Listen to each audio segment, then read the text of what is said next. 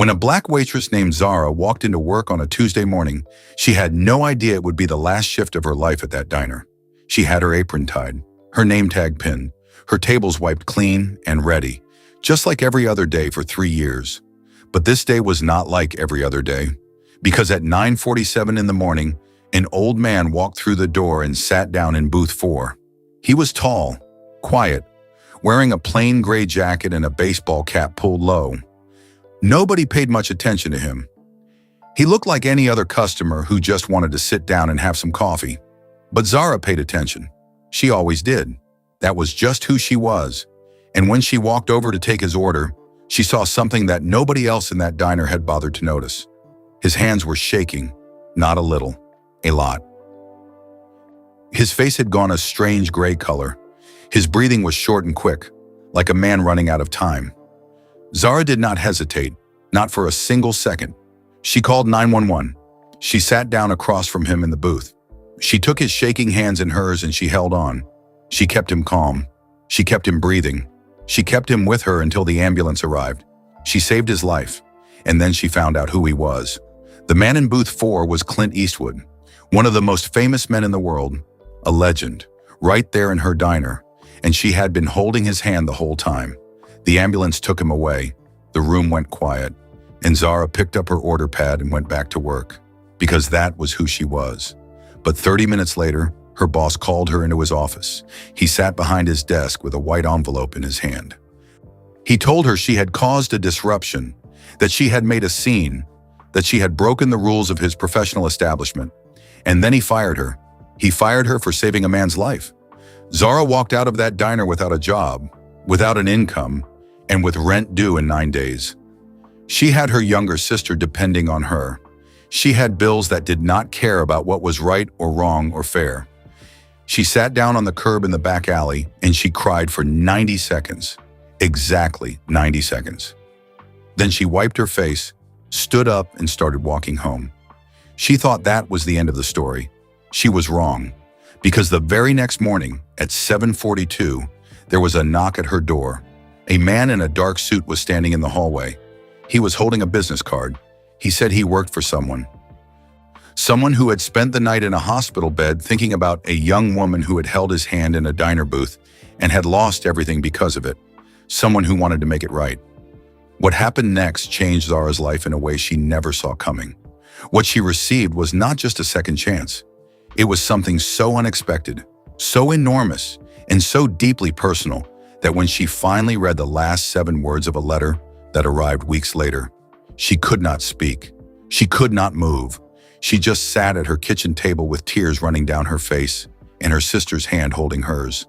7 words that explained everything. 7 words that would give her a future she had never dared to dream about. Watch the whole video. Because what Clint Eastwood did next, and what Zara built from the wreckage of the worst day of her life, is a story you are not going to forget. It was 9:47 in the morning when the old man walked in. Zara was behind the counter refilling ketchup bottles. It was the kind of job nobody thought about. Unscrewing the tops, pouring one bottle into another, wiping the sticky rim with a damp cloth. But Zara did it carefully, the way she did everything, because she believed that if something was worth doing, it was worth doing right, even ketchup. She heard the little bell above the front door jingle. She looked up like she always did. That was one of her rules. Every person who walked through that door got a look. Not a stare, just a look. A moment of being seen. She had learned after 3 years of waitressing that most people walked into a restaurant already feeling invisible. She refused to add to that. The man who came through the door was tall, even with the slight forward bend that age puts in a person's back. He was tall. He wore a plain gray jacket over a dark shirt, simple dark pants, and a baseball cap pulled low over his forehead. His face was deeply lined, the kind of face that had been through a lot of weather and a lot of years. Sun-browned, strong-boned.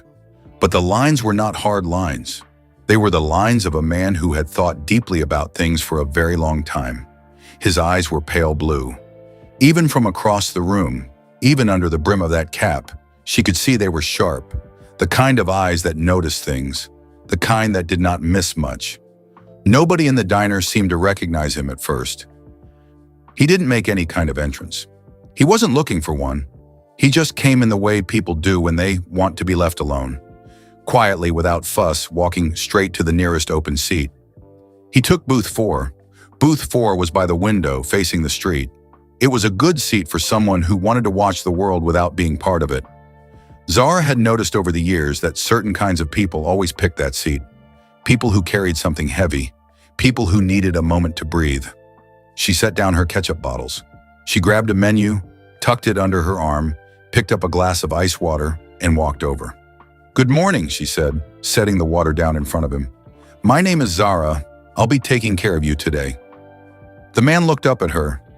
Those pale blue eyes moved across her face for just a second.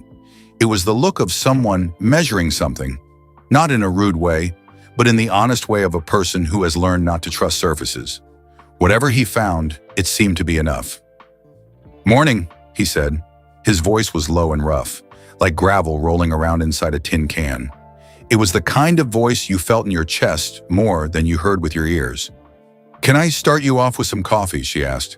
"Black," he said. "No sugar." She smiled and turned to go. Then she stopped. It was not a big thing that stopped her. It was a small thing. The smallest thing. But she had learned to pay attention to the small things, because small things were usually the truth of a situation. His hands. They were resting flat on the tabletop, and they were shaking. Not the light tremble of an old man reaching for something.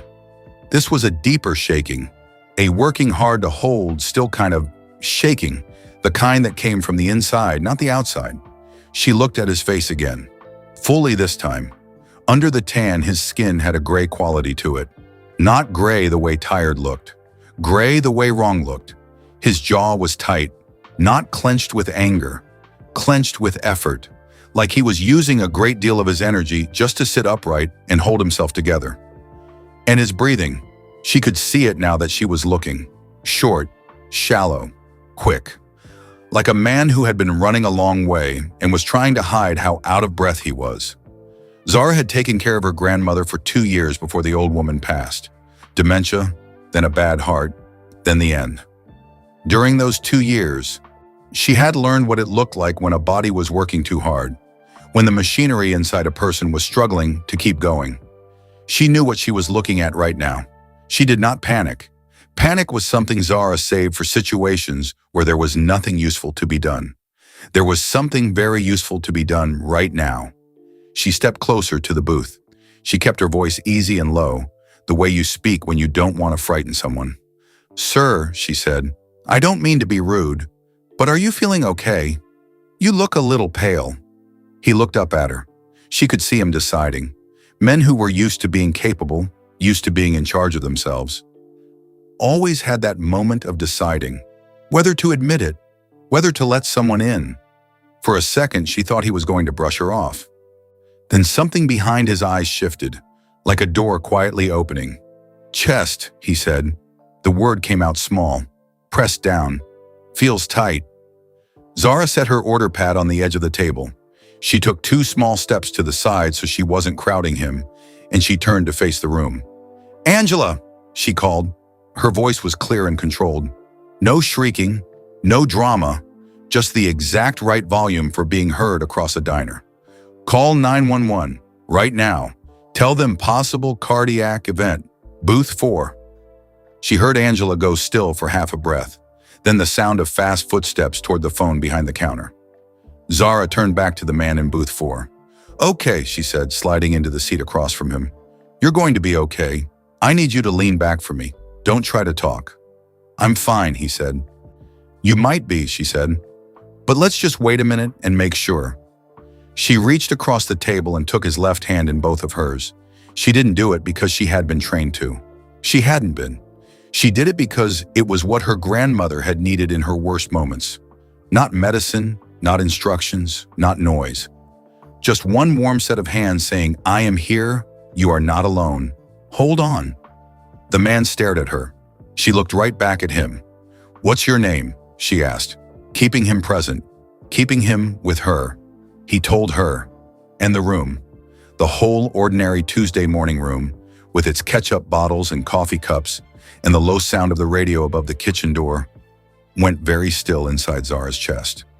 She had heard that name her whole life. She had watched his movies on her grandmother's couch, wrapped in a quilt, eating popcorn from a yellow bowl. She had heard his name said with reverence by people who loved stories about men who did hard things with quiet courage. Clint Eastwood, sitting in booth 4, holding her hand back. Zara did not gasp. She did not get wide-eyed.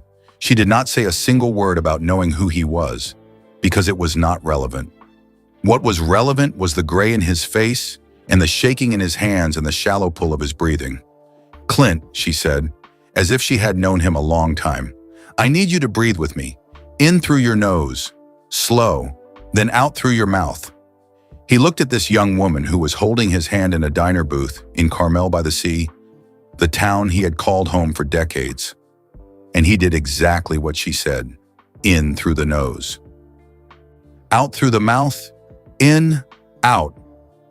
The ambulance arrived in 6 minutes.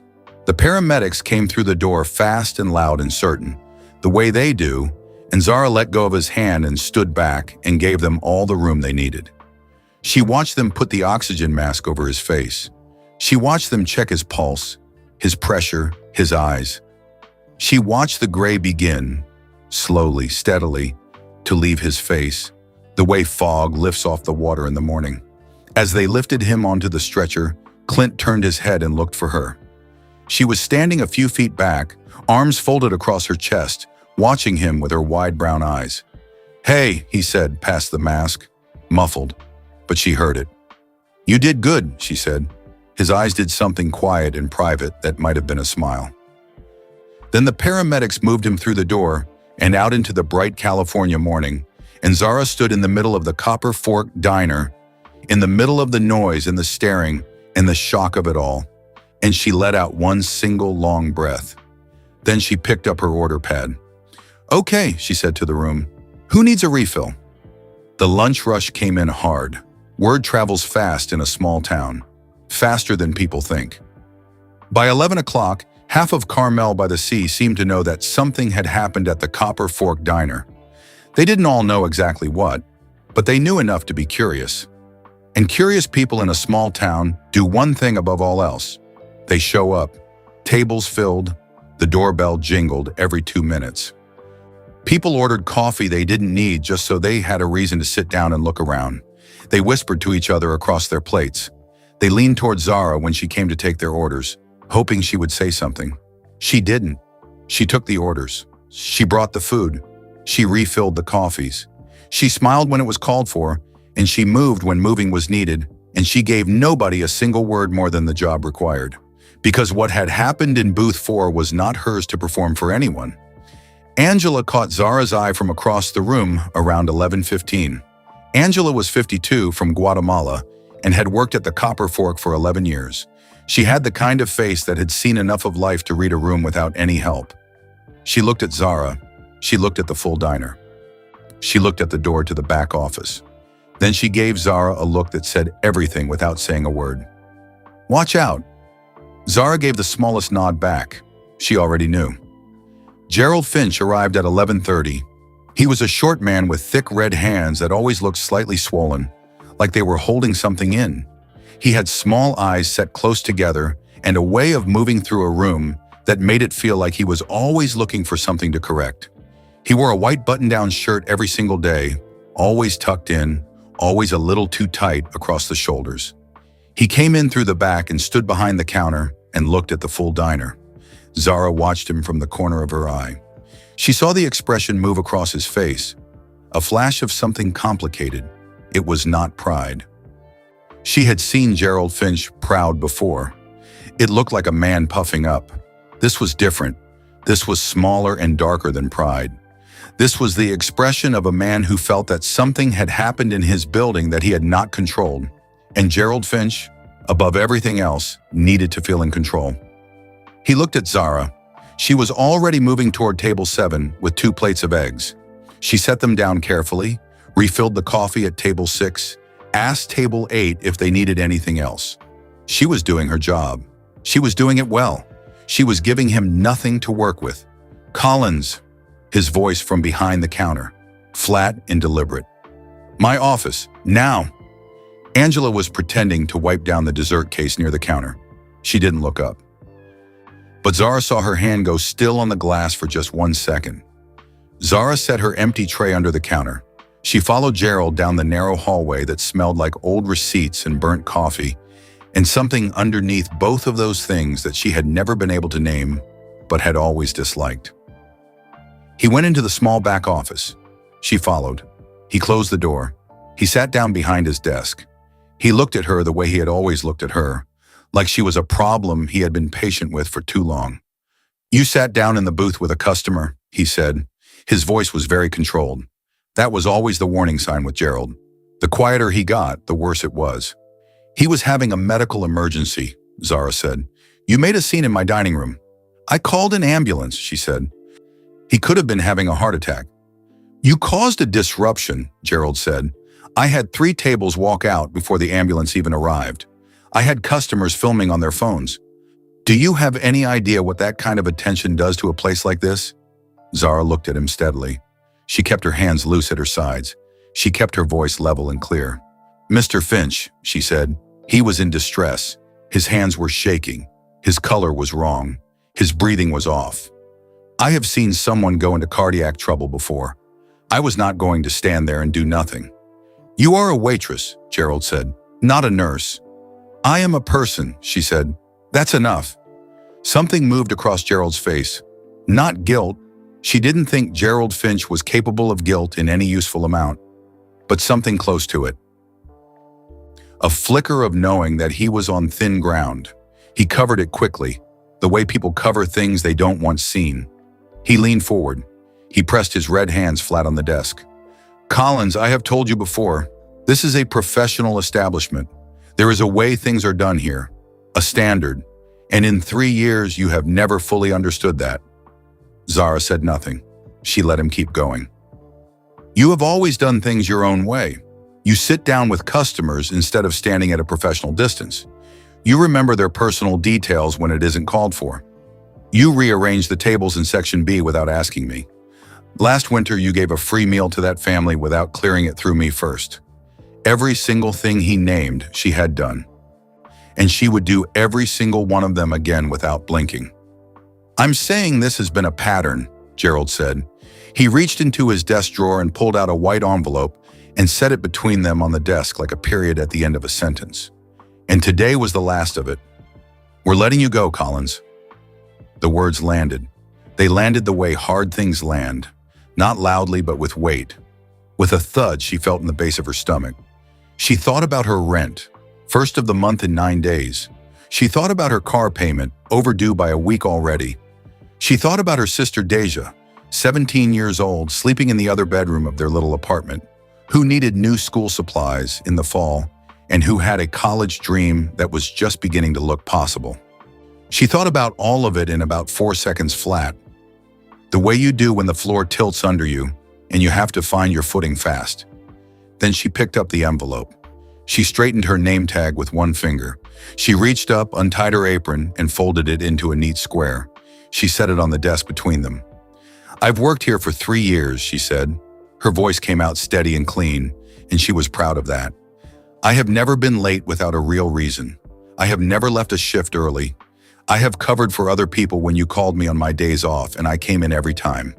I have done every job you ever gave me, and I have done it well, and you know that." Gerald said nothing. "And I would do what I did for that man in booth 4 again," she said, "every single time." Without hesitation. Gerald Finch looked at the surface of his desk. Zara walked to the door. She put her hand on the handle. She paused, and not because she had anything more to say to him, but because she had one more thing to say in general, to the room, to the day. "I hope he's okay," she said quietly. Not about Gerald, about the man in booth 4. She meant it completely. Then she opened the door and walked out. Angela was in the hallway. She had not gone far. She was standing with a stack of clean menus pressed against her chest like a shield, and her eyes were wet at the corners in a way that she was fighting very hard. "He didn't," Angela said. Not a question. "He did," Zara said. Angela dropped the menus on the hallway shelf and pulled Zara into a hug so tight and so sudden that it nearly knocked the breath out of her. Angela was a small woman, but there was nothing small about the way she held on. "You are a good person," Angela said against Zara's shoulder. Her voice was fierce and low, the way love sounds when it is also angry on someone else's behalf. "You hear me? You are a good person, and you do not let this make you forget that. Not for one single minute." Zara held on for one extra second, then she let go. She got her bag from the break room. She walked through the kitchen. The line cooks watched her pass with quiet, sorry eyes. She passed the coffee station where she had spent 3 years of mornings. She passed the corkboard where the weekly schedule was pinned. She pushed open the heavy back door. The California sun hit her face. 4 blocks away, the Pacific Ocean was doing what it always did, rolling in and pulling back, rolling in and pulling back, completely unbothered by the lives of people. Zara sat down on the curb in the back alley. She put her bag in her lap. She put her face in her hands. And then, for exactly 90 seconds, she cried. Because she had earned it. Because it was real and it hurt, and she was not the kind of person who pretended that pain wasn't pain. Her mother had taught her that too, that pretending not to hurt didn't make you strong. It just made you a liar. 90 seconds. Then she wiped her face with the back of her hand. She took one long breath of salt air in. She stood up. She didn't know yet what was coming. She didn't know about the knock on the door that was going to happen tomorrow morning at 7:42. She didn't know about the cream-colored envelope that would arrive in 3 weeks. She didn't know about what was already moving toward her like a tide she couldn't see yet, set in motion by 6 minutes in a booth and one decision to hold on. She only knew this moment, and in this moment, she had done the right thing. No one, not Gerald Finch, not anyone, could open her up and take that out of her. She put her bag over her shoulder. She started walking home. Deja was in the kitchen making ramen when Zara came through the door. She had her hair wrapped in a yellow silk scarf and her headphones hanging around her neck and a wooden spoon in her right hand. She was 17 and small and quick, built like their mother, narrow shoulders, long neck, cheekbones that caught the light. She had their father's mouth, though, stubborn and full and always just about to say something. She looked up the second Zara walked in. That was the thing about sisters. You didn't even have to say a word. They already knew. Deja set the wooden spoon down on the counter. She turned the stove burner to low. She gave Zara her full attention. "What happened?" she said. Zara dropped her bag on the gold-painted second-hand couch and sat down next to it. She pressed her palms flat on her knees. She looked at the ceiling for 1 second. Just one, gathering the words into the right order. Then she told her, all of it. The man in booth 4, with the shaking hands and the pale gray face, calling out to Angela, sitting down in the booth across from him, taking his hand, the way he breathed with her, the ambulance, the paramedics, the moment they wheeled him out and he turned his head to look for her. Then Gerald's office, the white envelope, the folded apron on the desk, the walk out the back door. Deja listened to every word without interrupting. That was something most people didn't know about Deja. She had opinions about everything, and she would share them all eventually. But she never interrupted when the thing being said was serious. She understood the difference between a moment that needed her reaction and a moment that needed her ears. When Zara finished, the kitchen was very quiet. The ramen was softly bubbling on the stove. "He fired you," Deja said slowly, "for calling an ambulance." "He fired me for disruption," Zara said. "Same thing," Deja said. Her voice had gone very flat, very still, like water just before it boils. "That is exactly the same thing, and you know it, and he knows it." Zara said nothing. She watched her sister. Deja breathed in through her nose. She breathed out through her mouth. She pressed her lips together. Then her whole face shifted. It went from angry to something more useful than angry. Determined. Focused. The look she got when a problem had arrived and she had decided to solve it. "Okay," Deja said. "Okay, we're going to be okay." "I know," Zara said. "Rent is not due for 9 more days." "I know. And you can file for unemployment. You're entitled to it.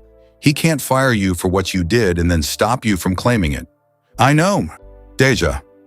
And I can pick up more hours at the library.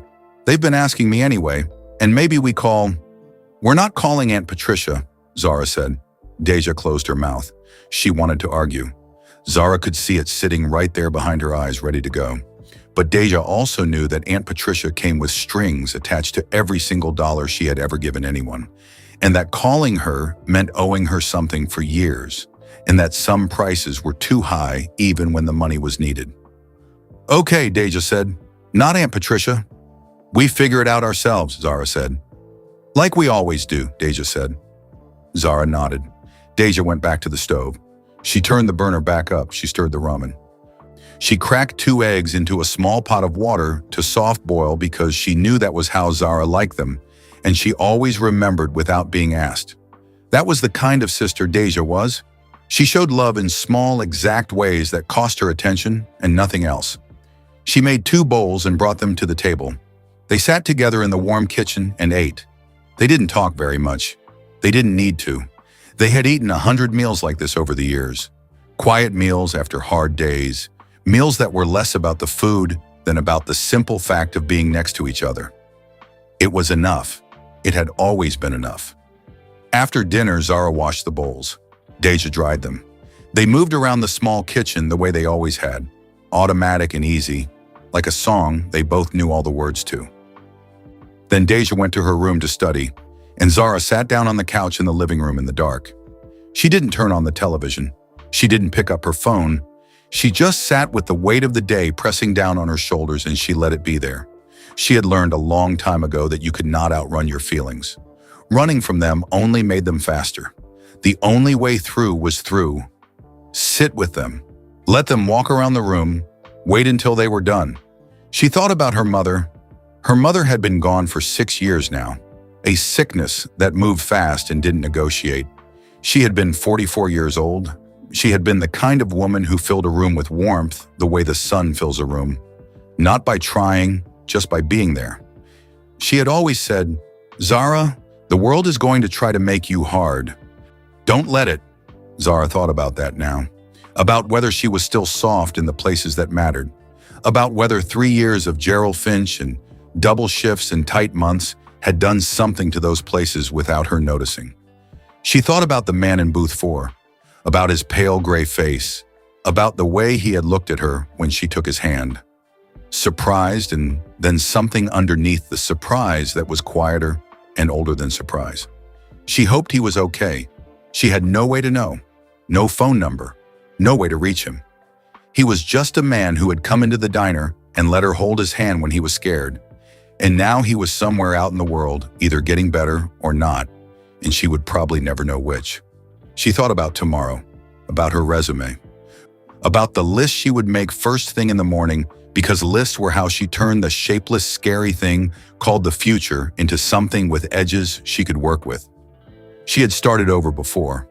After her mother died, after the apartment fire 2 years ago that took most of what they owned and left them staying on Angela's couch for 3 weeks. After the car accident that put her shoulder out and kept her from working for a month and left them eating rice and beans for most of November. She knew how to start over. She was just very, very tired of having to. At some point, the tiredness won. She fell asleep sitting up, her head tilting slowly sideways until it rested against the back of the couch. She didn't hear Deja come out of her room later. She didn't feel the soft blanket being draped over her, the old blue one with the frayed edge that had been their mother's. She didn't hear Deja pad back down the hallway and quietly close her bedroom door. Outside the apartment window, the moon had come up. It laid a long, pale road of light across the Pacific Ocean, 4 blocks away, silver and cool and completely indifferent to the lives happening on its shore. But somewhere across that town, in a room at Monterey Bay Hospital, a man was breathing steadily with a heart that had been persuaded to keep going, and something had already begun to move. Zara just couldn't see it yet. She woke up with a stiff neck and the sound of Deja's alarm going off in the other room. For about 3 seconds, she forgot everything. That beautiful blank space that lives right at the edge of sleep before the day comes back to you, before your brain finishes waking up and hands you everything you set down the night before. 3 seconds of nothing. Then it all came back. The booth, the ambulance, Gerald's office, the white envelope, the alley, the curb, the 90 seconds. Zara sat up slowly. She rolled her neck until something clicked. She pulled the blue blanket off her lap and folded it out of habit and set it on the arm of the couch. She looked at the apartment in the early morning light, the gold couch, the plants in the windows, the photo of her mother on the wall. Same apartment, new day, different situation. Okay, she got up and made coffee. That was always the first thing. Before the worry, before the planning, before any of it. Coffee. Her mother had said that the difference between a crisis and a situation was whether or not you'd had your coffee first. She had believed that. Zara believed it too. She stood at the kitchen counter while the coffee brewed and she thought about what came next. Not in a panicked way. In the practical, steady way she had trained herself to think when things went sideways. She was good at this. She had practice. She got out her notepad. She found a pen that worked on the second try. At the top of the page, she wrote one word in capital letters. Plan. Then she started writing underneath it. Number 1, file for unemployment today. She knew she was entitled to it. She knew Gerald couldn't block it, no matter what he said or felt or wanted. California labor law was on her side and she knew it because she had looked it up once, a long time ago, in a quiet moment of knowing that working for Gerald Finch meant she should probably know. Number 2, update her resume. It had been 3 years since she had touched it. She would need to sit down with it and make it honest and strong and true. Number 3, start applying. She knew 3 places off the top of her head that might need someone. 2 restaurants in Carmel she had always thought looked well run. 1 hotel in Monterey, the Ocean View, where the manager was a man named Miguel Cortez, who had eaten at the Copper Fork twice a month for 2 years, and who had told her once, very simply and very directly, "If you ever leave that place, call me first." She wrote his name down and underlined it. Number 4, talk to Deja. Make sure she was not afraid. Make sure she understood that scared and sunk were not the same thing. She looked at the list. 4 things. 4 real, doable things. The shapeless, scary future had edges now. She could work with edges. She poured her coffee. She was on her second sip, standing at the counter, looking at the plants in the window. A small succulent, a pothos that had grown long enough to drape across the sill. A little cactus Deja had named Gerald as a joke last year, when the knock came at the door. Zara looked up. The clock on the microwave said 7:42. Nobody knocked on her door at 7:42 in the morning. Not the neighbors, not the landlord, not anyone she could think of. She set her mug down. She went to the door and looked through the peephole. There was a man standing in the hallway. He was somewhere in his 60s with neat gray hair combed back from his forehead and the kind of posture that came from a lifetime of being professional in all situations. He wore a dark suit that fit him correctly in the way that good suits do. Not showy, just right. He was holding a small white card in his right hand, held slightly forward the way a person does when they want to be clear right away that they are not a threat. Zara left the chain on and opened the door 2 inches. "Can I help you?" she said. "Ms. Collins?" he said. His voice was calm and measured. "Zara Collins? Who's asking?" He held the card through the gap. She took it carefully between 2 fingers and looked at it. Thomas Hale, personal representative. Below that, a phone number and a Carmel address. "Personal representative for who?" she said. Her voice was even. She was not going to give this stranger anything until she knew what he was. "Someone who would like to speak with you," Thomas Hale said. "I don't want to be mysterious about it, Ms. Collins. I'll be direct." He paused just 1 beat. "My employer was brought into Monterey Bay Hospital yesterday morning. He was told by his doctors that he arrived just in time, and he was told that the person who noticed something was wrong and acted quickly was a waitress at the Copper Fork Diner in Carmel." Zara felt something shift very quietly in her chest. "He asked me to find you this morning," Thomas Hale said, "and to ask if you would be willing to come and speak with him." There was a moment of silence. "Is he okay?" Zara said. It came out before she thought about it, before she thought about who or why, or what any of this meant for her. The first thing out of her mouth was not about herself at all. "Is he okay?" Thomas Hale looked at her through the 2-inch gap in the door. Something in his carefully professional expression went very still for just a moment, like a man who had been expecting a different first question. "He is," Thomas said, and then, quietly, He's going to be fine. Zara let out a breath she hadn't known she was holding. Then she unhooked the chain. She opened the door all the way and stepped back. "Come in," she said. "I just made coffee." Thomas Hale stepped inside. He looked at the apartment, the gold couch, the plants, the framed photo on the wall, the notepad on the kitchen table with plan written at the top and 4 items listed beneath it, and he said nothing about any of it. He was a professional, but she noticed that his eyes stayed on the notepad for just 1 extra second. She poured him a mug without asking how he took it, then caught herself. "Black is fine," he said. "Thank you."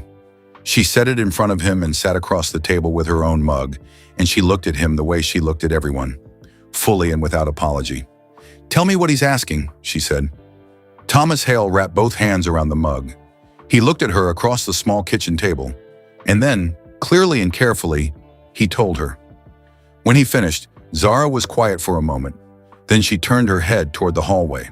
"Deja," she called. A beat, then the sound of feet on the floor. Deja appeared in the hallway in her pajamas.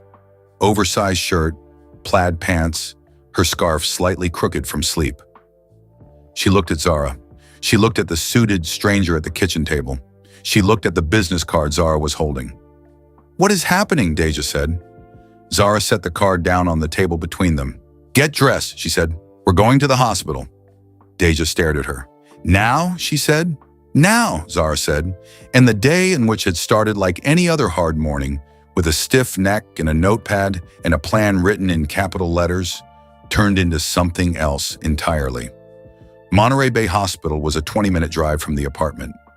Zara followed Thomas Hale's black car in her old green Honda that made a sound like a disappointed cat whenever she pushed it past 40 miles an hour. She kept a careful distance. Not too close, not too far. She drove the way she did everything, steady and paying attention. Deja sat in the passenger seat with Thomas Hale's business card in her hand. She had been turning it over and over between her fingers since they left the apartment. The way she handled things, she was still deciding what to think about. "You're being very calm," Deja said, looking at Zara. "I'm always calm," Zara said. "You're being weird calm, like a different kind of calm from your regular calm, like the calm you do when something big is happening and you don't want me to know it's big." "Deja, what? Stop talking. You stop talking." But Deja was smiling when she said it, a small crooked smile that she got from their father, the man neither of them had seen in 11 years, who had at least left them both that smile as a parting gift. And Zara was smiling too, just barely, at the corners of her mouth, because that was how they handled the things that were big and strange and uncertain. They poked at the edges of it. They joked in the doorway of the scary room until the room felt smaller. It had worked when their mother got sick. It had worked after the fire. It had worked every hard time before this one. It worked now too. They parked in the visitor lot and followed Thomas through a side entrance of the hospital, past a nurse's station with a long curved desk, down a hallway that smelled the way all hospitals smell, clean in a way that has nothing to do with comfort. Their shoes made soft sounds on the polished floor. Thomas walked slightly ahead, unhurried, professional, like a man who had walked important people through important doors his whole career and had learned that the best thing you could do was simply show the way. He stopped at a room near the end of the hall. He knocked twice, lightly, the knock of someone announcing, not intruding. Then he opened the door and stepped back to let Zara go first. She walked in. The room was ordinary in the way hospital rooms always are. White walls, a wide window, furniture the color of nothing. A television mounted on the wall with the sound off.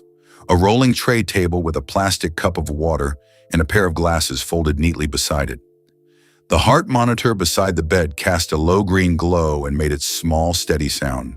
Up and down, like the most important clock in the world. And in the bed, propped against 2 white pillows in a plain hospital gown, was Clint Eastwood. He looked different from the man in booth 4. The booth had been a disguise of sorts. The cap, the jacket, the posture of a private person trying to move through the world unseen. This room had stripped all of that away.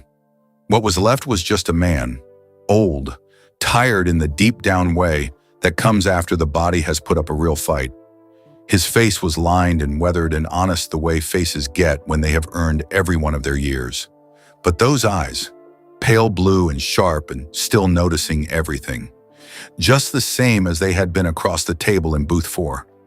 Some things Zara thought didn't change no matter what a body went through. He saw her come through the door. "There she is," he said.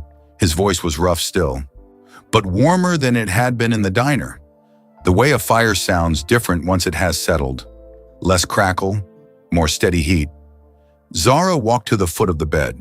She put her hands in the pockets of her jacket because she didn't know what else to do with them, and she had learned it was better to look easy than to look like you were trying to look easy. "You look better," she said. "I feel better," he said. "Thanks to you." He held her gaze for a moment, direct, no performance in it. "And I hear you lost your job on account of it." Zara blinked. She had not expected that. "How do you know about that?" The corner of his mouth moved. "Small town," he said. Simple as that. Then he said, "I'm sorry." "Don't be," she said. "I'd do it again." Something shifted in his expression. Quiet recognition. Like a man hearing something he already believed confirmed out loud. "Thomas told me you said that too," he said. He studied her for a moment in the unhurried way of someone who was used to reading people and had long since stopped pretending otherwise. "What was your plan this morning, before Thomas knocked on your door?"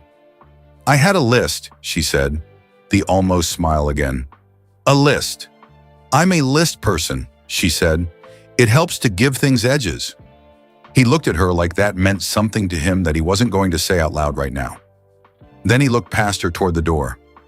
Deja was standing just inside it, very still, doing the things she did in new situations, taking everything in before she let herself be seen taking it in.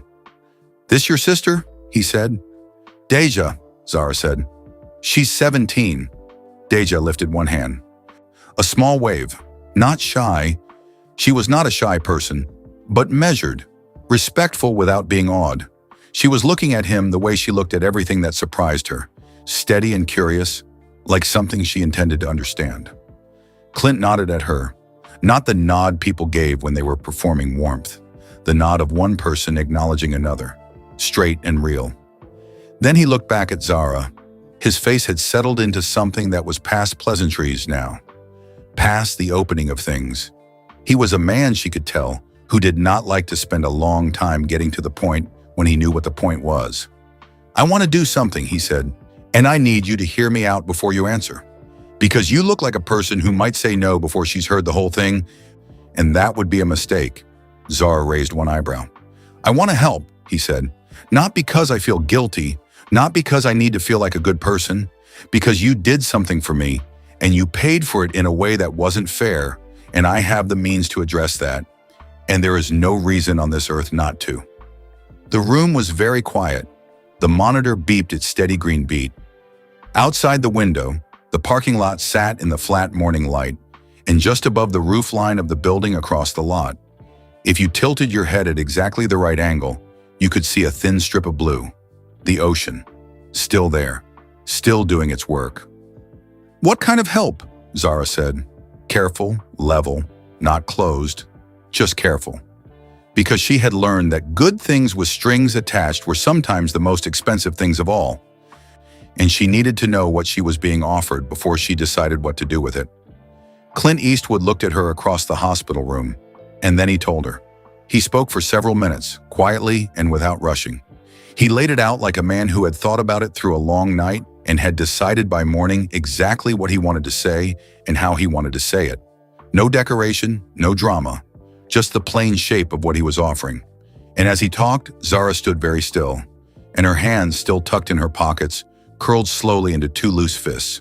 Not with anger, with the effort of holding herself together, while something large and warm and completely unexpected moved through her chest like the first real breath after a long time underwater.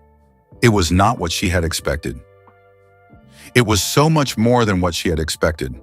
But it wasn't even the main thing. The main thing was what he said after all the practical things. The last part, the quiet part, the part she would carry with her for the rest of her life. But we'll get there. That part has to be earned. He started with the practical things. That was how she would remember it later, that he led with the practical things first, not to soften her up, not to impress her, but because he was a man who believed in laying the ground before he built anything on it. He spoke plainly. No extra words, no performance, just the plain shape of what he had thought through during a long night in a hospital bed with a heart monitor counting his heartbeats and nothing else to do but think. He said he had friends who owned restaurants, 3 of them, between Carmel and Monterey, places he had eaten at for years, places he trusted because the people who ran them understood what it meant to do things right. He was going to make phone calls. If Zara wanted work, good work, fair work, in places where the people who ran them understood that staff were not machines, she would have it by the end of the week. He said he knew people at the Carmel Foundation, a local organization that helped people in the community with education and opportunity. There were programs for young people going to college, for first-generation students, for families who hadn't had the doors opened for them the way some families did. If Deja was thinking about her future, and he looked briefly toward the door when he said this, toward where Deja was standing, there might be something worth looking into. He said he had a lawyer, a careful, thorough man who knew California labor law the way some people knew music, by feel, by instinct, by long years of practice. What Gerald Finch had done to Zara had problems in it from a legal standpoint. Real problems. The kind that had names and precedents and outcomes. If she wanted to pursue it, the door was open. When he finished laying all of that out, he stopped. He let it sit in the room. Zara had listened to every word without moving, without writing anything down, without nodding along the way people do when they want to show they are listening. She just stood at the foot of the bed and listened with her whole self, the way her mother had taught her.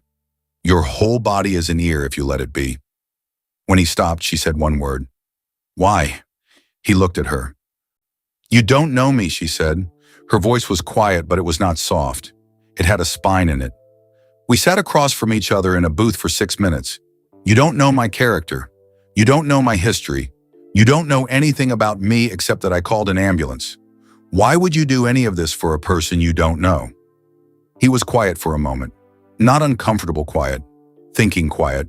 The kind of silence a person earns when they have spent long enough in the world to know the difference between a question that wants a quick answer and a question that deserves a real one. I know you held my hand, he said. She waited. He shifted slightly against the pillows. His pale blue eyes moved to the window for just a moment, to that thin strip of blue ocean above the roofline, then came back to her. I've been in this town a long time, he said. People here know who I am. Some have known me 30, 40 years. I walked into that diner yesterday morning, and I sat down in that booth, and I started feeling wrong. Quietly wrong. The kind of wrong you try to talk yourself out of.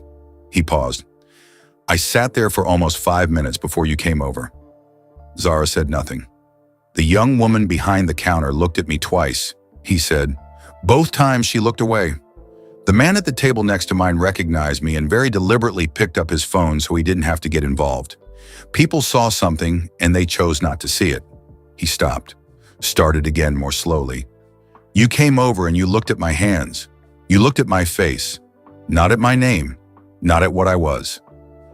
At what was actually in front of you. He paused one more time. You saw something wrong and you didn't look away from it.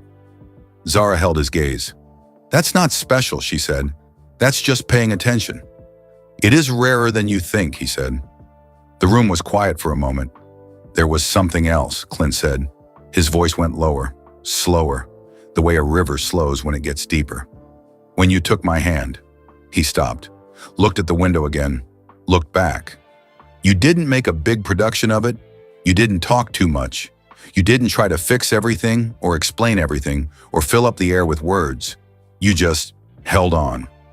He stopped again, a longer stop this time, and she waited, because she could feel that something was coming that was important and fragile and needed room. My wife, he said. 2 words, and in those 2 words was a whole world that had closed. She could hear it, the way some words carry everything a person has loved and lost inside them, like a box you can never fully open again. He did not say her name. She did not ask it. That felt right. She used to do that, he said quietly. When things were hard, she didn't try to solve it.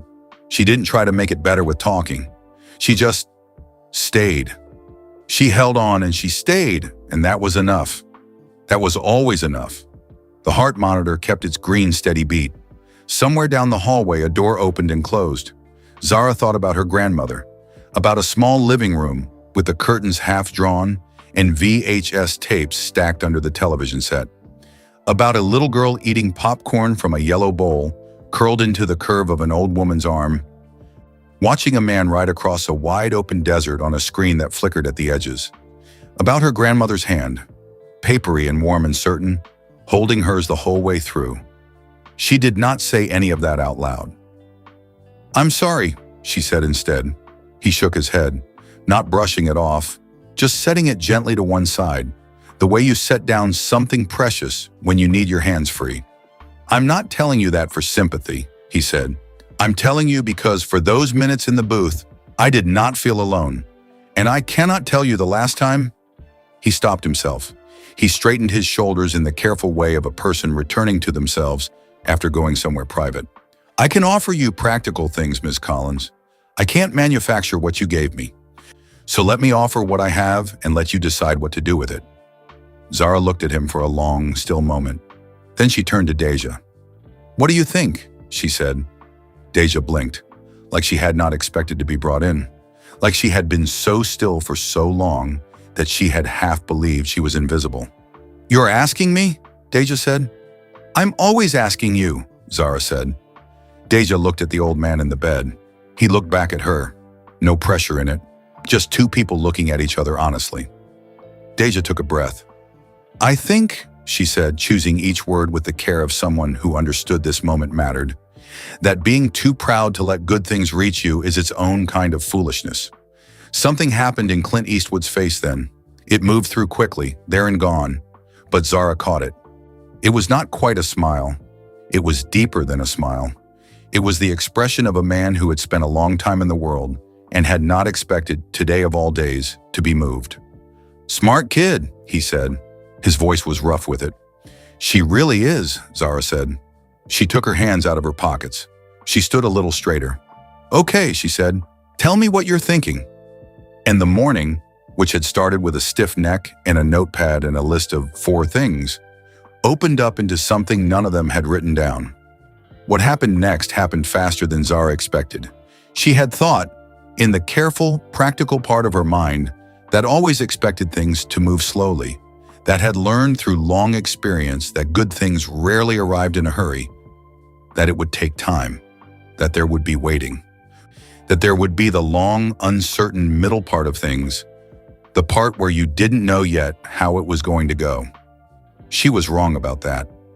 By Thursday, 2 days after the hospital room, 4 days after the diner, her phone had rung 3 times with calls she had not made herself. The first was from a woman named Cecile Renard. She ran a small seafood restaurant called La Maragold, 2 blocks from the water in Carmel. Her voice on the phone was calm and direct, the voice of someone who did not waste words and did not expect you to waste yours. She said she had heard about Zara. She said she had a position open. She said if Zara wanted to come in and talk, she was welcome Thursday afternoon. The second call was from a place called the Harbor Table in Monterey. Bigger than La Maragold, busier, with a long bar and a dinner rush that ran until 10 on weekends. The manager there was a man named Roy Acosta, quick-talking and warm, who said he had 3 open positions and would be glad to have someone with Zara's experience. The third call was from Miguel Cortez at the Ocean View Hotel. He didn't mention anyone having called him. He just said very simply, "I told you to call me first. You didn't call me, so I'm calling you. Come in Friday morning." Zara smiled at that one for a long time after she hung up. She went to all 3 interviews. She wore her good blouse, the dark green one with the small buttons, the one her mother had bought her years ago at a shop in Monterey that was no longer there. It still fit perfectly. Some things lasted. In every interview, she was honest. She did not dress up what had happened at the Copper Fork or make it smaller than it was. She told it plainly. The man in the booth, the ambulance, Gerald's office, the white envelope. She did not speak badly of Gerald Finch. She did not call him names or paint him as a villain. She just told the facts and let the facts speak for themselves, because she had always believed that facts, when they were true, did not need help. Every manager listened. Every manager hired her on the spot. She sat with that for a moment after the last interview. Sat in her old green Honda in a parking lot with the windows down and the ocean air coming through. 3 offers, 3 places that wanted her. After 3 years of being made to feel like a problem, 3 different people in 3 different rooms had looked at her and seen someone worth having. She took the position at La Maragold. She chose it because of Cécile Renard, because of the way Cécile had looked at her when she talked. Not through her, not past her, but at her. And because of what Cécile had said at the end of the meeting, standing up and offering her hand. We take care of our people here. That is not something I say to sound good. It is how this place runs. If you do right by us, we will do right by you. That is the only rule we have. One rule, honest and clean and easy to hold. Zara shook her hand and started the following Monday. The lawyer's name was Warren Osei. He wore gold-framed glasses and had a way of speaking in long, careful sentences that built on each other the way a good argument builds, each part holding up the next. He reviewed Zara's situation over the course of 2 meetings in his office in Carmel, which smelled like old books and lemonwood polish and felt like a place where things got sorted out properly.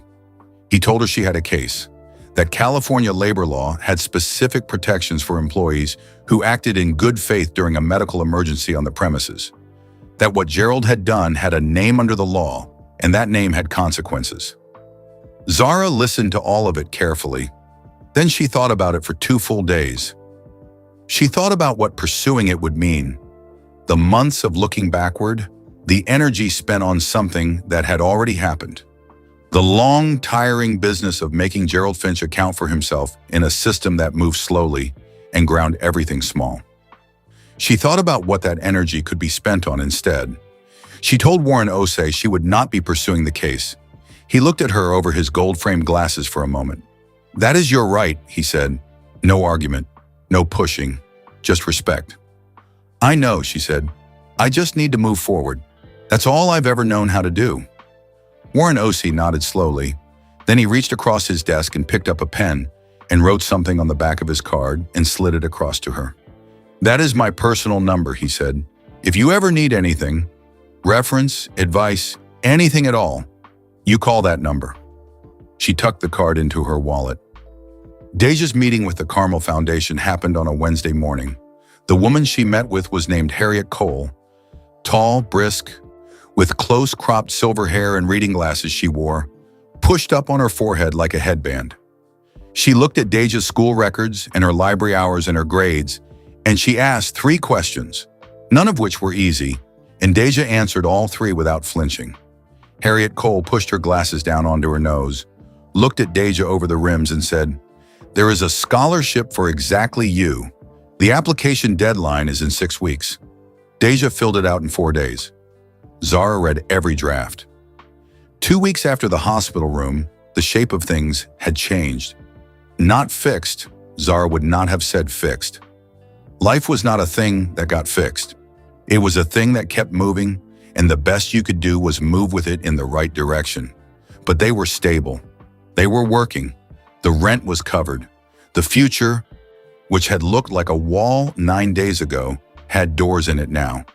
And Zara had something else, something that didn't have a clean name, but that she felt in the part of herself where she kept the things that mattered most. She had proof, real, lived, undeniable proof that doing the right thing mattered, that paying attention to a stranger's shaking hands on a Tuesday morning was not nothing, that the 90 seconds of crying in an alley had not been the end of anything. It had been the ground, and things were growing out of it. She called Angela on a Sunday. "Come have coffee," Zara said. "I want to tell you something." "I will be there in 20 minutes, Angela said. "I have been waiting for you to call." And she was. She was there in 19. It arrived on a Thursday morning, 3 weeks after the diner. 3 weeks after the ambulance and the hospital room and the conversation that had opened something up in the middle of her ordinary life. Zara was standing at the kitchen counter eating toast and going over the week's schedule for La Maragold. Cécile had asked her to start picking up closing shifts on Wednesdays, which she was glad to do, when she heard the front door of the building open and the sound of the mail slot in the lobby clicking shut. She wasn't expecting anything. She went down the hall and opened her mailbox with the small brass key that always stuck a little on the left side. There was the usual thin pile, an electric bill, a flyer for a pizza place, a catalog for a gardening store she had ordered from once and could not seem to unsubscribe from. And underneath all of that, one more envelope. She almost missed it. It was sitting flat against the bottom of the mailbox, quiet as a secret. She picked it up. It was cream-colored, thick and heavy in the hand, the kind of paper that costs more than regular paper and knows it. Her name and address were written on the front by hand. Real handwriting, old-fashioned and deliberate, each letter formed with care. The kind of handwriting that belonged to a person who had learned it properly a long time ago and had never stopped using it. There was no return address printed anywhere on the front. She turned it over. On the back, pressed into a small circle of dark wax that sealed the flap, were two initials. C.E. Zara stood very still in the lobby of her building for a moment. The mail flyer crinkled in her other hand. The electric bill slid sideways. She didn't notice. She carried the envelope upstairs. She sat down at the kitchen table. She set everything else to one side. She looked at the envelope for just a moment, at her name in that careful handwriting, at the wax seal on the back, at the solid weight of it in her hands. Then she opened it. She used her finger, slowly, along the sealed edge. She did not tear it. Some things deserved to be opened properly. Inside was a letter, 2 pages, handwritten on the same heavy cream paper, front and back of each page, in that same careful, deliberate hand. And folded inside the letter, pressed flat, was another document, official-looking, dense with careful legal language in a clean printed font. At the bottom of the last page of that document, a signature. She set the other document aside for now. She read the letter first. It was not a short letter, and it was not a quick letter. It was the kind of letter that a person writes when they have been thinking about something for a long time, not days, but weeks, maybe longer, and have finally decided that the thinking was done and the saying needed to happen. It moved slowly and it did not rush itself. It had the feel of a conversation more than a document, the feel of a man sitting across a table, talking. He began by saying that he had spent a good part of his adult life in Carmel by the Sea, that it was the kind of town that got into you, that he had watched it change over the decades and had also watched the things in it that never changed. The way the fog came in off the water in the mornings, the way the cypress trees looked against the sky, the way that small towns at their best remembered that people mattered more than almost anything else. He said he had been thinking about what she had said in the hospital room, about the list, about giving things edges. He said that had stayed with him. He said he had been thinking about the diner, about the 5 minutes he had sat in booth for before she came over, about all the people who had looked and then looked away. He said he had been thinking about his wife. He did not write her name in the letter either. Just, my wife. 2 words. That closed door again. He wrote that after she had gone, there had been a long time when the world felt very loud and very empty at the same time, that he had filled the loudness with work, the way people do, that the emptiness was harder to fill. He wrote that in the booth for those 6 minutes, the emptiness had been quiet. He wrote that he was not a man who said things like that easily or often, that she should understand what it cost him to write it down. Then he got to the practical part, the part she had not been expecting, the part that would change everything. He wrote about a building, a small building on Junipero Street in Carmel, half a block from the main shopping street, 2 floors, red brick front, big ground floor windows that faced west and caught the afternoon light in a way that he had always thought was wasted on an empty room. It had been a bakery once, years ago, a good one, he wrote, the kind that made the whole block smell like something worth getting up for. It had been empty for 2 years. He had owned it for 17 years as an investment. He had received offers on it. He had not sold it, for reasons he had not fully understood until recently. He was offering her a long-term lease on that building, below market, a real number, a fair number, a number that was written clearly in the legal document folded inside the letter. No hidden costs, no strings that weren't visible. Warren Osie's name was mentioned. He had already spoken with him, and Warren had already reviewed the terms. And if Zara wanted her own lawyer to look at it, that was not only acceptable, it was encouraged. He wrote that it was his intention to provide the means and not the result, that whatever she did with the space was entirely her own choice and her own vision and her own work, that he had no desire to shape it or put his name on it or be thanked for it publicly in any way. That the only thing he wanted was to see the space used by someone who understood what it meant to actually see people. If she read this and decided it was too much, or that she wanted nothing to do with it, she could return the legal document to Thomas Hale's address, which was printed at the top of the first page, and no one would say another word about it. That was the end of the practical part. Then came the last part, the short part. He wrote that he was not a man who believed in long goodbyes or long explanations, that most of the important things he had ever needed to say had fit in a few words if he chose them right. He wrote that he hoped she would let this be the beginning of something. And then below his signature, not part of the formal letter but added after, she could see the pen pressure was slightly different, like it had been written in a separate moment, a moment of decision, was one last line. She read it. She read it again. She set the letter down on the table very carefully, the way you set down something you are afraid of breaking, even though it is only paper. She looked at the window. The little cactus Deja had named Gerald sat on the sill in the morning light, unbothered and thriving, the way Gerald the cactus always was. She looked at the legal document, at the lease terms, at the building address on Junipero Street, at Warren Osie's name printed there like a promise. She looked at the final line of the letter. 7 words. 7 words in that careful, old-fashioned handwriting, added after everything else had been said, in the quiet of a private moment. 7 words that were not about money or buildings or practical things at all. 7 words that were about something much older and much simpler than any of that. Something that had been passed from her grandmother's hand to hers to his, and now back again in a direction she had never seen coming. She was not going to read them out loud yet. She was going to sit with them for a moment. She was going to let them be real before she let them be anything else. Deja came out of her room in her pajamas, sleep slow and squinting, and stopped in the kitchen doorway when she saw Zara's face. "Zara," she said. Her voice had gone careful and quiet. "What is that?" Zara looked up at her sister. And Zara Collins, who had not let herself cry since 90 seconds in an alley 3 weeks ago, who had made lists and taken interviews and kept moving because that was what she knew how to do, felt her eyes go full and bright and impossible to argue with. "Come here," she said. Deja came. She sat down. She looked at the letter. She looked at the legal document with the lease terms and Warren Osie's name and the address on Junipero Street. And then she looked at the 7 words at the bottom of the page. Her breath caught. Just once. Short and sharp. And then she pressed her lips together and reached across the table and put her hand over Zara's hand and held on. The way their mother used to. The way Zara had held on to a stranger in a booth. The way held hands travel through time from one person to the next without ever being used up. Outside the window, a morning in Carmel by the sea was doing what mornings there always did. Coming in slow and golden off the water, filling the streets with light, making everything look like it had been waiting to be seen.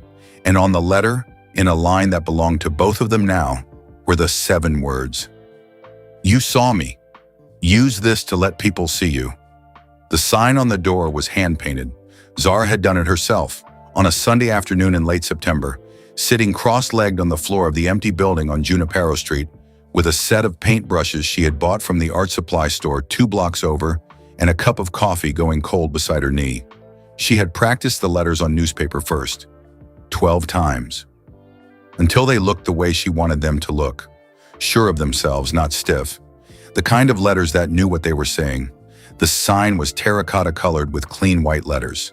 It said, Maragold below that, smaller, a community kitchen. She had chosen the name on the 2nd night after the letter arrived, lying awake in the dark with the legal document on her bedside table, and her mind moving through possibilities the way it moved through everything, carefully without rushing, turning each option over to see what was underneath. Maragold, her mother's flower, The one that had lived in a pot on every windowsill of every home they had ever had. The apartment on Maple, the one on Ridgecrest, the small place near the highway that smelled like eucalyptus. Every time they moved, the Maragolds came with them. Her mother would carry them in her lap in the car, holding the pots steady with both hands, like they were something worth protecting. They were. Everything her mother loved was worth protecting. The name felt right. It felt like the right thing to put on a door. The space itself had taken 4 months of work. Not because it was falling apart. The building was solid. Clint had kept it well, even empty. But because Zara wanted it to be right. She did not rush it. She went in every day after her shifts at La Marais, and she cleaned and she measured and she thought. She walked the room in the late afternoon when the west-facing windows did what the letter had described, filled up with golden light that had nowhere better to be. She stood in it and she felt it, and she let it tell her what the space wanted to be. What it wanted was long shared tables. Not small tables for two, not private booths with high backs, and that feeling of being cut off from the world. Long tables made for sitting next to strangers and becoming, over the course of a meal, something closer than strangers. A carpenter named Desmond Ashiki built them. He was a quiet man from Lagos by way of Oakland, who had been doing fine woodwork in Carmel for 12 years, and who had heard the story of Maragold from a friend who had heard it from someone else, and who had shown up one Tuesday morning at the building with his measuring tape and said only, "Tell me what you need." He built 6 tables from reclaimed Douglas fir. They were long and warm and slightly imperfect in the way that handmade things are imperfect, which meant they were honest. He charged her half his normal rate. She tried to argue with him about it. He was unbothered. The walls she painted herself, a deep golden yellow, not bright, not loud, but warm. The color that happens to the sky in the hour before sunset, when everything the light touches looks like it was put there on purpose. The color of marigolds at their best. There were plants everywhere, of course. On the windowsills, on the shelves along the back wall, in big clay pots near the door. It looked like a place where things grew. That had been the idea. The menu was small, and that was deliberate. Zara cooked simple things. Soups and stews and thick warm sandwiches. Food that was made to fill a person up and not make them feel like filling up was something to be ashamed of. She baked bread in the mornings. Not fancy bread, good bread. The kind that made the whole block smell like something worth walking toward. The prices were honest. And underneath the prices on the small handwritten menu was one line that had been Dacia's idea. It said, "Pay what you can. We trust you. No proof required, no questions asked. If someone could only pay half, they paid half. If someone could pay full, they paid full." What the full-paying customers put in covered what the rest needed. It worked. It worked better than she had calculated. People, she discovered, were more decent than the math usually gave them credit for. Angela left the Copper Fork and came to work at Maragold 6 weeks after it opened. She had not told Zara she was planning to. She had simply walked in on a Thursday morning wearing her good apron and set her bag down behind the counter and looked at Zara and said, "Tell me where you need me." Zara had pointed at the front of the house. Angela had run it every day since, with the calm, total authority of a woman who had been doing this her whole life and knew every version of every kind of customer and had never once been rattled by any of them. On Tuesdays, Angela made Guatemalan tamales as a special. They sold out before noon, every week, without fail. People started calling ahead on Monday evenings to ask if there would be enough. There was never quite enough. That was also deliberate. Deja got the scholarship. The letter arrived on a Wednesday afternoon and she read it standing in the kitchen and then read it again sitting down and then called Zara at La Marais and said 3 words before she started crying. She got it. Zara had to go into the walk-in cooler for 4 minutes so none of the kitchen staff would see her cry. Deja was going to Monterey Peninsula College in the fall. Hospitality management. She was already full of opinions about everything. The table layout, the menu rotation, the way the specials board was written, and every single one of her opinions was either very good or at least worth arguing about, which Zara had decided was the same thing. Cécile Renard from La Marais came to eat at Maragold on a Friday evening in October, alone, and sat at one of Desmond's long tables next to a retired school teacher and a young woman who had just moved to Carmel for a job. Cecile stayed for 2 hours. When she finally stood up to leave, she found Zara near the kitchen door and said quietly, "You built something real here. That is harder than it sounds." From Cecile Renard, that was everything. Gerald Finch's diner was struggling. Zara knew this because small towns carried news the way water carries salt, automatically without trying. She did not look for the information. It just arrived. She felt nothing about it. Not satisfaction, not sorrow. Just a clean and quiet nothing, which she had come to understand was its own kind of freedom. The freedom of a person who has moved far enough forward that looking backward requires actual effort. She had better things to do with her effort. She had a kitchen to run. She had a building full of people eating together. She had a sister going to college. She had plants on every windowsill. She had a sign on the door with her own letters on it, white on terracotta, facing the afternoon light on Junipero Street in Carmel by the Sea, California. The world was not perfect. Her life was not perfect. But it was hers, fully, completely, without apology. And on the best mornings, the mornings when the light came through the west-facing windows just right, and the bread smell filled the block, and Angela was already there with coffee going, and one of Desmond's long tables had 6 strangers sitting down next to each other. It was as close to perfect as anything she had ever known. Those mornings she let herself stop for 1 second. Just one, and she was glad. He came in on a quiet Wednesday morning in November. The breakfast rush had settled. The last of the morning customers were finishing their coffee, turning the final pages of their newspapers. Sitting in the comfortable slowness that comes after a good meal when there is nowhere urgent to be. Angela was wiping down the counter with the steady, unhurried motion of someone who has wiped down 1,000 counters and found a kind of peace in it. The bread smell was still in the air. It always lasted until midday, which Zara had decided was one of the best things about baking your own. The door opened. Zara was at the back counter going over the week's receipts. She looked up the way she always did. Every person who came through that door got a look. She saw him and she went still for just 1 second. 1 second. Then she was moving. He wore a plain gray jacket over a dark shirt, a baseball cap pulled low. He moved with a careful steadiness now. Not the steadiness of a man in a hurry, but the deliberate steadiness of someone who had been very sick and had come back from it and had decided, somewhere in the coming back, not to take a single step for granted anymore. There was something different about the way he moved through the world. Slower, more present. Like a man who had been reminded that the world was worth looking at. He did not scan the room the way famous people sometimes do, checking to see who had noticed them. He looked at the space itself, the golden walls, the long wooden tables, the plants on every sill, the sign above the service counter that said, in Zara's own handwriting, letters she had practiced 12 times on newspaper, "Everyone eats."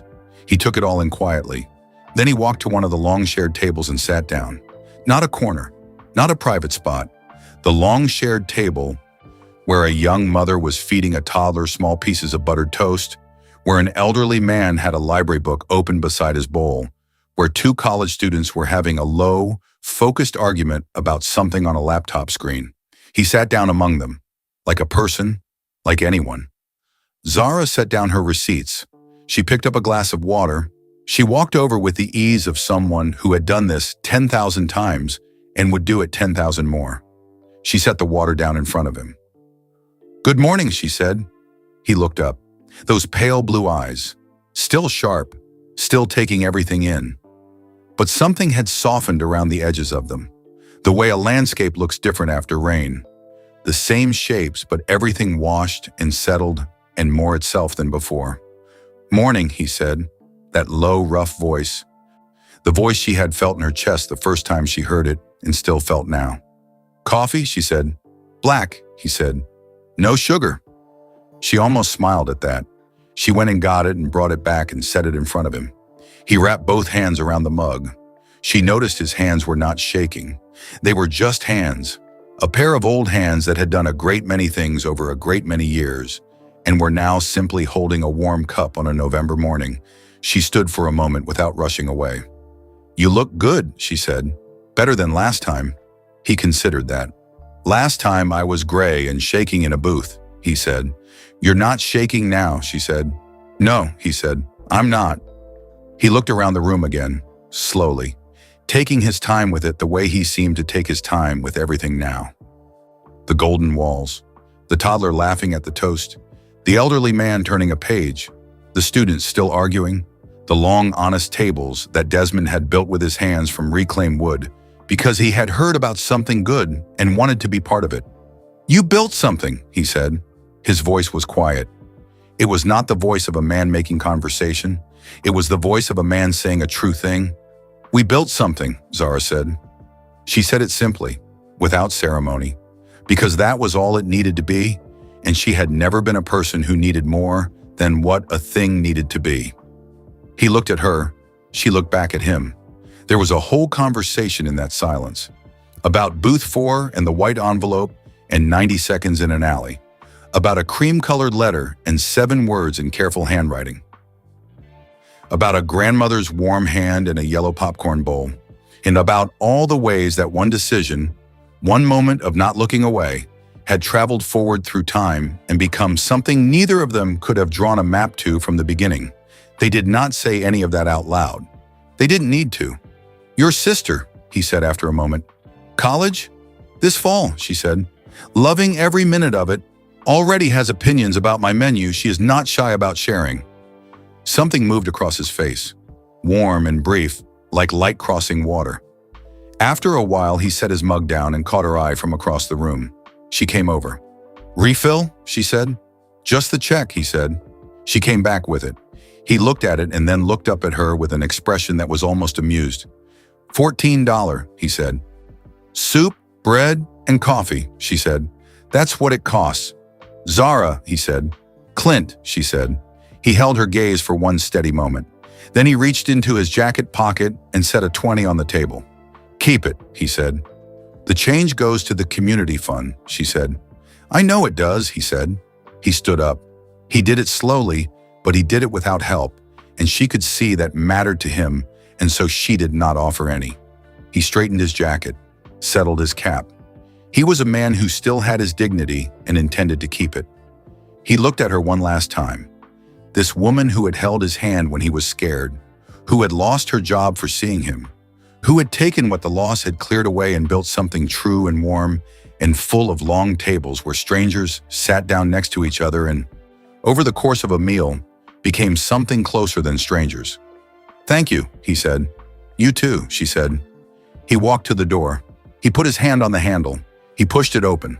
The November air came through, cool and sharp and salt clean, the Pacific just 4 blocks away, and always present in the smell of everything. He stepped outside.